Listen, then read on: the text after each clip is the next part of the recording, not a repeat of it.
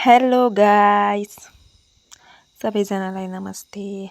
हामी चाहिँ आज भाइटिका लगाउन जाँदैछौँ गुवाहाटी दिदी घर। हामी चाहिँ बुनु, म, भाइ अनि मेरो छोरो। हामी 4-5 जना भएर जाँदैछौँ गुवाहाटी। हामी चाहिँ बिहान 8 बजी हिँडेका अनि 8 बजी हिँड्दाखेरि हामी 11 बजी पुगेको थियौँ। बाटैभरि यति जाम थियो। टिकाको दिन त्यहीमाथि बाटोमा एक्सिडेन्टहरू भइरहेको रहेछ। ओरैदेखिबाट अनि गुवाहाटी पुगिदेखिबाट जाम त चारआली देखिबाट अनि पुग्दा त 11 बजिसकेको थियो। अनि पुग्दा त सबै रेडी नै गरिसक्नु भएको रहेछ दिदीहरूले। अनि रेडी भइरहेको टाइममा सबै थोक रेडी, यता टिका लाउन नि रेडी, उता खानाहरू पनि टिक्क पाइरहेको छ। सब थोक रेडी हुन्छ। दिदीहरू पनि आउनुभएको छ, 4 जना हुन्थ्यो। बिनाजुको दिदीहरू, हाम्रो पनि दिदीहरू, अनि यहाँ भाइहरू बसिसके, भाइ दादाहरू टिको लाउन।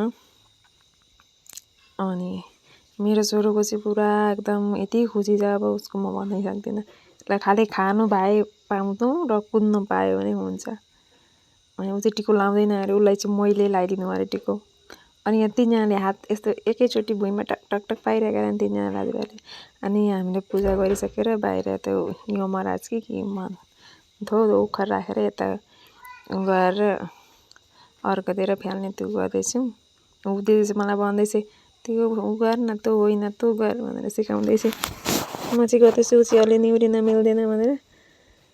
अनि गइसकेर अब तेल सेल लगाइकन यसरी पानीले छेकिकन तेल सेल लाउन थाल्यौँ। अनि अब सुरु भयो हाम्रो टिका लाउने। भिडियो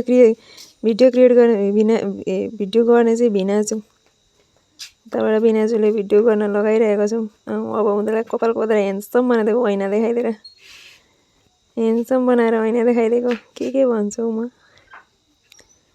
अनि सबैलाई हेर अनि कपाल सपाल कस्तो बनाइदिउँ बिगारिदिउँ भनेर देखाउँछ। अनि यहाँ पछि सुरु भयो हाम्रो टिका लाउने कार्यक्रम। हाम्रो त टिको लाउन डेरी 2 बजेको थियो, तर 11 बजे पुगे पनि टिका लाउँदा चाहिँ 2 बजेको थियो है। कता के गर्दा सब थोक रेडी थियो हामी जाँदा। त्यही पनि हाम्रो डेरी भयो। अलिकति हाम्रो अर्को काम पनि थियो, गुवाहाटी जाँदा अर्को काम पनि लिएर गएको थियौँ एकेबारे। अनि अर्को काम गर्नु थाल्दाखेरि अलिकति डेरी भयो। पुगे त हामी 11 बजी नै पुगेको। अनि टिका लाउँदा चाहिँ 2 बज्यो। सब थोक रेडी भइकन पनि त्यति डेरी भयो। भोकले चाहिँ अब भोक लाग्यो भन्नु त हुँदैन, तर भन्नु नआए पनि भोक चाहिँ पुरै लागिसकेको थियो। अनि अब हामीले टिको लगाइसक्यौँ। हामीहरूको टिको लगाइसक्ने साथ उनीहरूको पाली आउँछ। अनि यहाँ चाहिँ हाम्रो चल्दैछ, कसले कसलाई कस्तो राम्रो टिको लगाइदियो कि नराम्रो टिको लगाइदियो कि डल्लियो कि कसले कता बिगारिदियो कि भन्ने चल्दैछ। म भन्दैछु बाबुलाई, तेरो त बुनुलाई यति ठुलो लगाइदिए भनेर। अनि मैले चाहिँ अर्को भाइलाई राम्रो लगाइदिएँ भन्दैछु। हाम्रो चल्दैछ त्यस्तै गफहरू।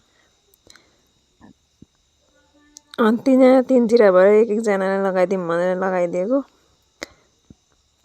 3जना भएर भिनाजुले चाहिँ भिडियो पनि राम्रो भिडियो गर्नु नभए त हुँदैन भनेर म चाहिँ होइन पुरा रिसाउँदै लगाइदिए जस्तो लगाइदिँदैछु।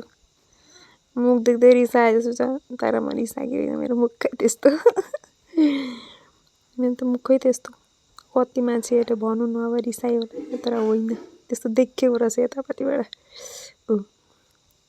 हाँस्दै पनि छु है,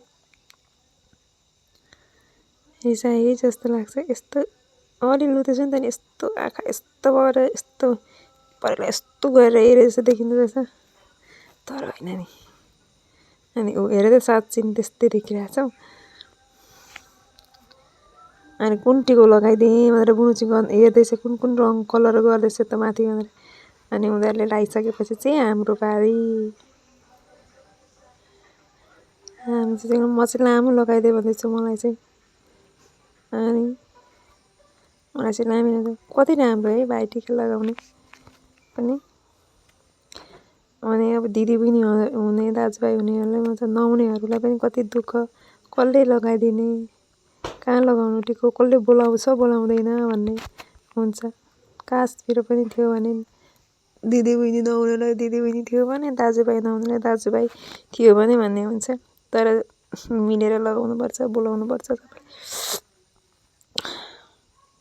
अनि यो ती भरे टिका लाउनु पनि त्यसरी नै तिनजना तिनतिर पार त्यति भए जल्दी हुन्छ छिटो हुन्छ दिदीहरू चाहिँ तर हामीलाई सिकाइदिइरहनु भएको छ यो गर यो पछाडि यो गर यो पछाडि सधैँ टिको लगाएर पनि कस्तो बिर्सिहालिन्छ नि सधैँ लगाइन्छ बच्चे पनि टिको तर पनि बिर्सिहालिन्छ अर्को तारिक टिको लाउँदा बिर्सिहाल्यो के होला यो चाहिँ एक वर्षमा तर कति थोक भइरहेको हुन्छ नि लाइफमा त्यही भएर बिर्सिन्छ होला अब यो सब मेरो छोरोको शक छ कि यता के फालेको छ उता के फालेको छ यति शक गर्दैछ अब ऊ टिको लाउँदैन अरे उसलाई चाहिँ मैले लगाइदिनु अरे टिको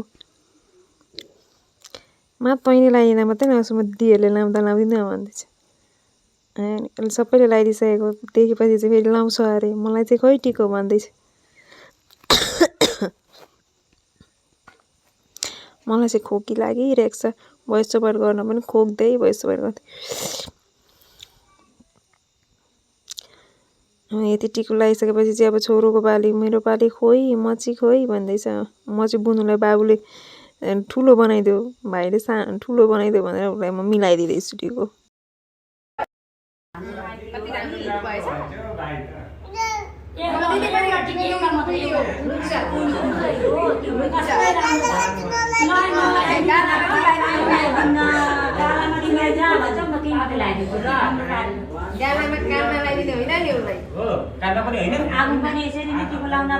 दिदीभाइ फेरि भेट होस् ल तिहारमा कानमा नलाइदिने भाइलाई लगाइदिने ल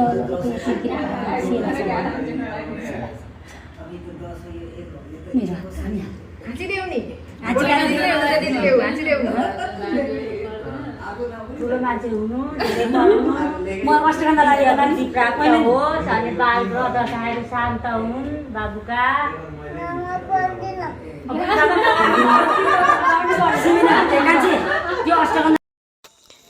छोरो चाहिँ टिको मैले लगाउँदा लगाउने नभए नलगाउने हो उसको गालामा चाहिँ नदलिदिनु अरे त्यो उसले टिको लगाइसक्यो अनि टिको लगाइसकेपछि ऊ खानासाना खाइसकेपछि ऊ मामासँग खेलिरहेछ दिदीहरू अब टिको लगाएको भरे दिदीहरूले पनि लगाइसक्नु दिदी खाना खानुहुन्छ लास्टमा भन्नुभयो दिदी चाहिँ टाढाको लागि